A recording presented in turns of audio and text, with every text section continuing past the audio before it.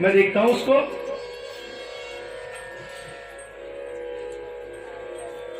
और यहां भगवान शंकर ने विष्णु को आदेश दिया, भाई विष्णु यहां आओ तुम। लेकिन बोले महाराज विष्णु कहां से आए यहां? हैं? विष्णु कहां है अभी? सपत्नीक तो वहां हो गए जब युद्ध में दिया था ना आशीर्वाद, वरदान मांगो, वो वहां चले गए। भगवान ने जब ध्यान लगाया तो एक छोटे रूप से फिर वो वहां पर आ गए। बोले प्रभु आप आज्ञा करें। बोले तुम कैसे हो? कहां तुमको देवताओं का साथ देना चाहिए, तुम जाके उसके घर में पड़ गए हो। बोले महाराज मैं क्या करता, वो इतना परम वीर था, मैं युद्ध करते करते जो है उसको परास्त नहीं कर पाया। और देखो फिर मैंने कहा वरदान मांग ले, तो उसने यही मांगा, मैं क्या करता। और फिर तो भगवान भोलेनाथ भी हंस दिए। बोले अच्छा कोई बात नहीं, चिंता नहीं करो, अब जो है मैं ही इस राक्षस को मारूंगा। इस प्रकार जो है सूत जी महाराज शौनकादि ऋषियों को कहते हैं, हे शौनकादि ऋषियों, भगवान शंकर कह रहे हैं ये जो दुष्ट जो राक्षस जो जलंधर है इसको मैं ही मारूंगा, आप तनिक भी चिंता न करें। और देखो वहां से जो है जलंधर अपनी सेना लेके आ गया। भगवान भोलेनाथ के पुर को घेर दिया, कैलाश को। अब तो चारों तरफ से कैलाश घिरा हुआ है।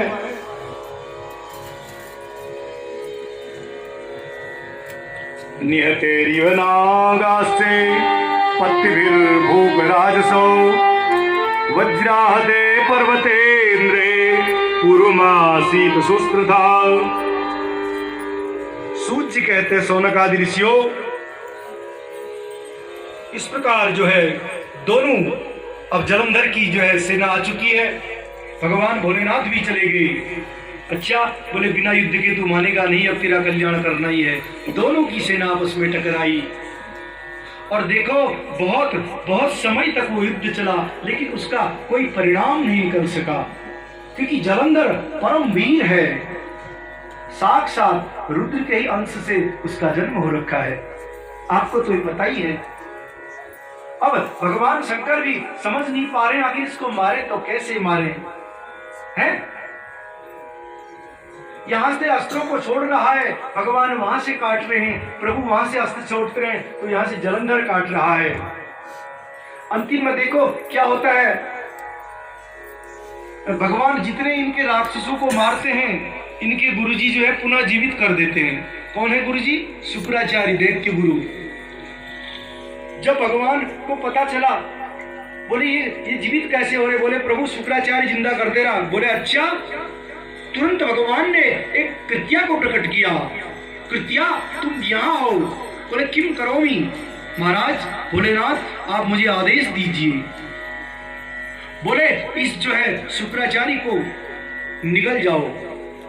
और देखो वो कृत्या ने क्या किया, शुक्राचार्य को बिल्कुल जिंदा निकल गई। अब शुक्राचार्य जी पेट में है। स्वतेजसानभो व्याप्तो भूमिं कृत्वा च सामुने भार्गवं स्वभगे धृत्वा जगान्महान् हृतानपो। सूत जी कहते हैं शौनकादि ऋषियों, उस शुक्राचार्य को उस कृत्या ने अपने जो है उदर में स्थापित कर दिया। और देखो यही कथा भगवान शंकर नंदीश्वर को सुना रहे हैं। आगे मैंने आपको पहले भी बताया था, यही कथा ब्रह्मा जी नारद जी को सुना रहे हैं और यही कथा व्यास जी सूत जी महाराज को सुना रहे हैं। यही कथा सूत जी शौनकादि ऋषियों को सुना रहे। एक नहीं कई लोग कथा सुनाते हैं। शिक्षित प्रशिक्षित शाखा पल्लव परंपराया, जैसे पेड़ से फल गिरता है ना, नीचे आके एकदम फूट जाएगा, बोले ऐसा फल नहीं है। शिक्षित प्रशिक्षित, एक शाखा से दूसरे में गिरा, दूसरे से तीसरे में गिरा, उसका उत्तम फल है ये। इस प्रकार जो है इनका भयंकर विकराल जो है युद्ध हुआ। अब तो जो है देवता लोग दैत्यों का संहार कर रहे हैं। सूत जी कहते हैं सोनकादि ऋषियों, देखो इतने में ही जलंधर ने जो है समस्त सेना का संहार कर दिया, देवताओं की, अब तो देवता लोग भी भाग गए।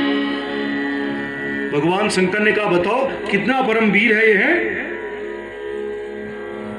जैसे ही भगवान अपने चक्र से त्रिशूल से मारना चाह रहे थे जलंधर को, इतने में आकाशवाणी हुई। कौन सी आकाशवाणी हुई? बोले हे भोलेनाथ, आप सक्षम हैं इसको मारने में। ऐसा नहीं है, लेकिन ब्रह्मा ने कई वरदान देखे, उनको भी तो आप पूरा करें। जब तक इसकी पत्नी पतिव्रता, तब तक जब तक इसकी पत्नी पतिव्रता है तब तक इसको मारा नहीं जा सकता है। प्रभु ब्रह्मा जी ने ऐसा वरदान दिया है इसे।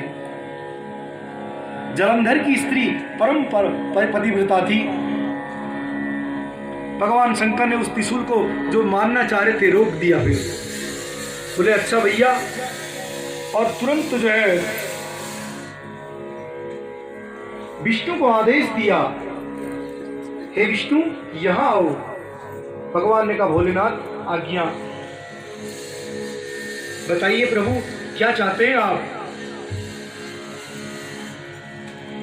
सूत जी कहते हैं सोनकादि ऋषियों, यहां जब इसने देखा जलंधर ने कि त्रिशूल मेरे ऊपर छोड़ना चाह रहे हैं, लेकिन मारा नहीं, और समझ गया जलंधर की इनके ऊपर मैं विजय प्राप्त नहीं कर सकता हूं।